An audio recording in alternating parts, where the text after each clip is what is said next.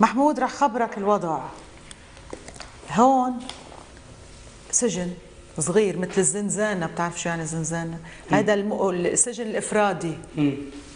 زتوك فيه لأنه لقيوا صديقك الحميم يلي بتضلك أنت وياه من زمان مقتول تحت بيتك، واتهموك إنه أنت قاتله وأنت مش قاتله. وأنت قاعد هون مش هتعرف شو بدك تعمل. يا جماعة ما في شباك احكي منه، عم تعيط لهم يا جماعة يا عالم. أنا فنان، أنا بغني. لك يا أخي أنا ما بقتل، أنا فنان، أنا إنسان، أنا بصاحبي. ولك أنا ما بأذي نملة، كيف بدي أقتل صاحبي؟ يا جماعة يا عالم ما حدا عم رد عليك، ما عم بصدقوك إنك فنان. لك خذوا هون غني له أنت بصدقوا إنك فنان، ما عم بصدقوا. أنت رايح على الإعدام.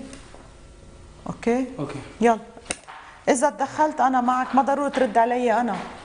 اوكي.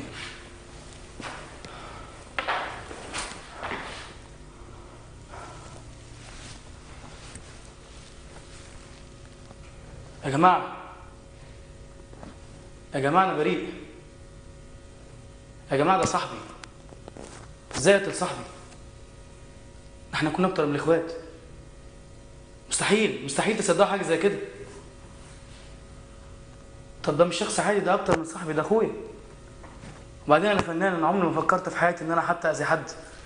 عمري ما فكرت إن أنا ممكن أسب أو أشتم حد، أقتل صاحبي. يا جماعة صدقوني صدقوني ده صاحبي. يا جماعة طب مش مصدقين إني فنان؟ اسكت. لا. ليش قتلته؟ أنا ما قتلتوش. بلا قتلته. لا ما قتلتوش. كان ميت تحت البيت. أنا نزلت لقيته ميت. انت اللي قتلته؟ لا. بلا زتيته على البلكون. أنا نزلت لقيته في الشارع واقع غرقان في دمه، وأنا ما أعرفش. وليش ما اخذته على المستشفى؟ ما أعرفش، أنا انهارت ساعتها، ما فكرتش، ما جاش في دماغي. انت خفت نلقطك؟ لا. أنا حسيت في لحظة إن ده مش صاحبي اللي أعرفه، لأن أنا ما توقعتش إن ممكن أشوف صاحبي في المنظر ده. صحيح؟ مستحيل. صحيح كنتوا مختلفين؟ لا، احنا عمرنا ما اختلفنا مع بعض أبدا. انت بتعرف شو عملت؟ أنا ما عملتش حاجة. انت قتلت انسان. لا ما قتلتش. بلا ما قتلتش، ده أخويا. عتموا لك الأوضة، ما بقى شايف شيء. حاول يا جماعة حاول تلاقي باب، حاول تعمل شيء. يا جماعة لهديك الميلة للحيط، للحيط هونيك. صرخ يا جماعة يا جماعة ما قتلتش حد. لك اسكت. صدقوني ما قتلتش حد، ده صاحبي. يا جماعة ده صاحبي، حرام عليكم. أنا ما قتلتش حد. كم واحد قتلت قبله؟ ما قتلتش، أنا عمري في حياتي ما أذيت حد عشان أقتل. شو بتشتغل؟ بشتغل فنان. أنا عمري في حياتي ما فكرت إن أنا ممكن أقتل حد أو أذي حد. أنت فنان؟ أنا كل شغلانتي في الحياة بشتغل فنان، بغني، ما بعملش حاجة تاني في حياتي. بتغني؟ بغني. غني لنشوف. قادر تداوي الفؤاد وليه تسيبه وقاسي على الكواهل بعاد. دوا في ايدك يا قاسي، واسيني يوم فرح قلبي، ده البدر شاف حالي ووساني، والورد شاف حالي، في حبي صبحت دموع سيل علشاني. قادر تداوي الفؤاد وليه تسيبه وقاسي، واسيني يوم فرح قلبي، ده البدر بات سهراني. واسيني يوم فرح قلبي، ده البدر بات سهراني. واسيني والورد شاف حالي، في حبي صبح الدموع سيل علشاني. وانت اللي ليا يا نور عينيا، وانت اللي ليا يا نور عيني وانت اللي ليا، يا نور عيني وانت اللي ليا، يا نور عيني يكفى قاسية وعطف عليا هجرك ضراني،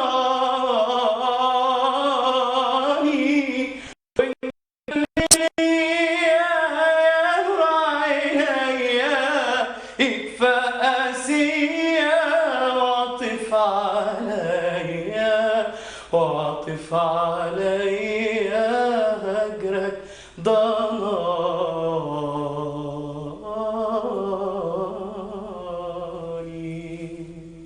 اسكت وروح نام على التخت.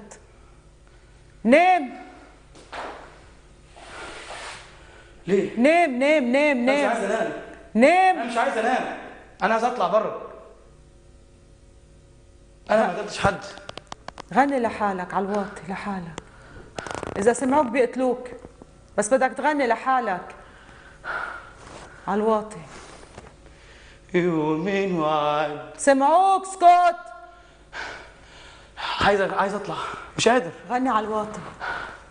يومين وعد، يومين وراحوا فاتوا ألف ما بين جراح، يومين وعد، يومين وراحوا فاتوا ألف ما بين جراح، خسران كتير خسران عواطفه محد أبدا داري بيك، ندمان على اداله عطفه باع وارخص ما كان شاري، وهان عليك وهان عليك وهان عليك يكسر جناحه يومين وعدوا.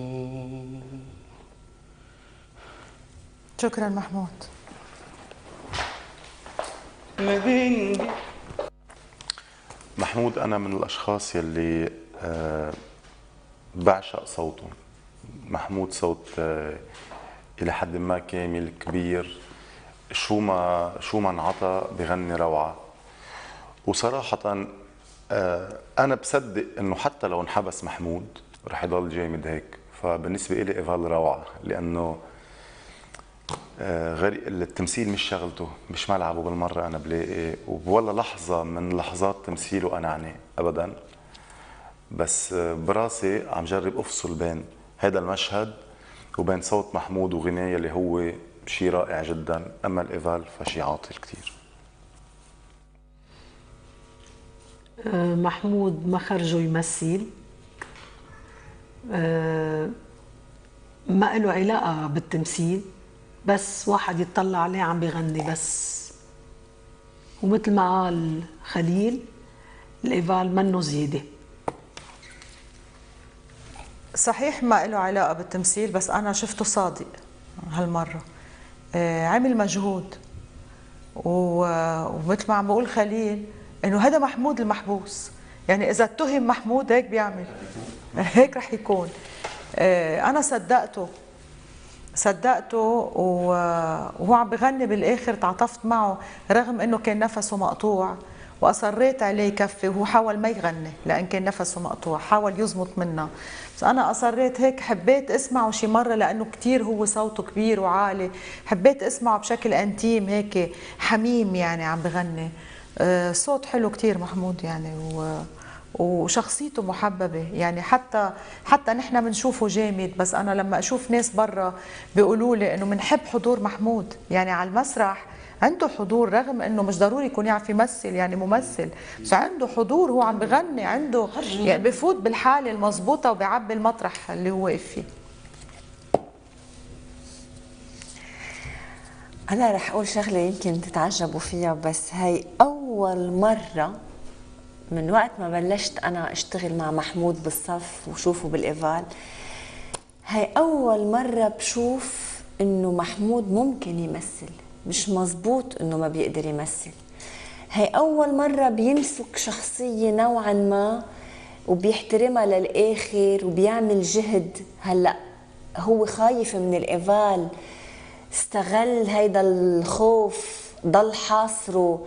هو أكلها كتير مني عيطات بالصف امبارح وأولت امبارح وقبل وكل مرة، لأنه بقول له بليز ما تكسر الجو، بليز ضلك بالشخصية، بليز ضلك منطقي. هي أول مرة هلا، ولكن بس غنى فصل، يعني وقف بوجهنا، طلع فينا نحن جوري، كسر كل المود، كأنه الغنى ما له علاقة بالتمثيل.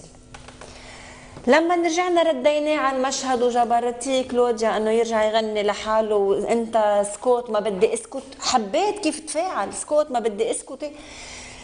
يعني انا لإلي هي او افضل ايفال بيعملها محمود، علما انه يعني صحيح بالصف كتير بعاني، كتير بتعذب تظاهر من محمود شي.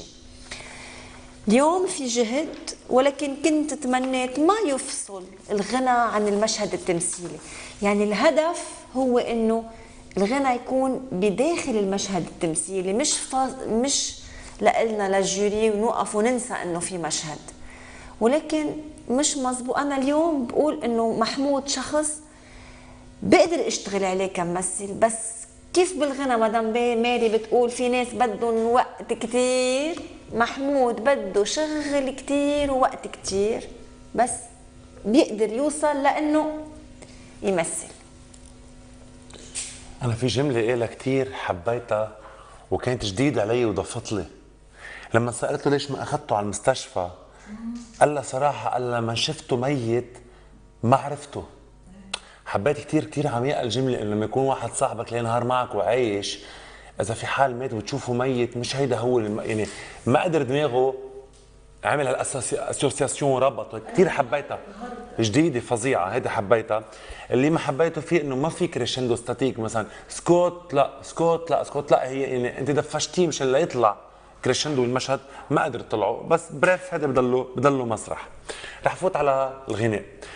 برجع بقول لكم يا جماعه، قصه السرعه، قصه التيمبو، النبض، هيدا شغله كتير مهمه بالغنيه. وبعدني مؤمن انه لما يفوتوا لهون، لانه بيكونوا محمسين يفرجوا شيء او يبرهنوا شيء، على طول بسرعوا التيمبو تبعهم، وبس تسرع التيمبو بيروح بيجعلك المغنى تبعهم. طلع من الدور فاين، طلع من الدور مرتين، كل مره غنى كان عم بغني لنا كانه نحن جوري يعني. لاحظت انه القرار عنده بالاخر بتاني غنية، القرار في هوا، بده شغل بالقرار تبعه. بس جنرالي محمود كتير بغني مش شوي، وبالبرايم كان روعه فظيع.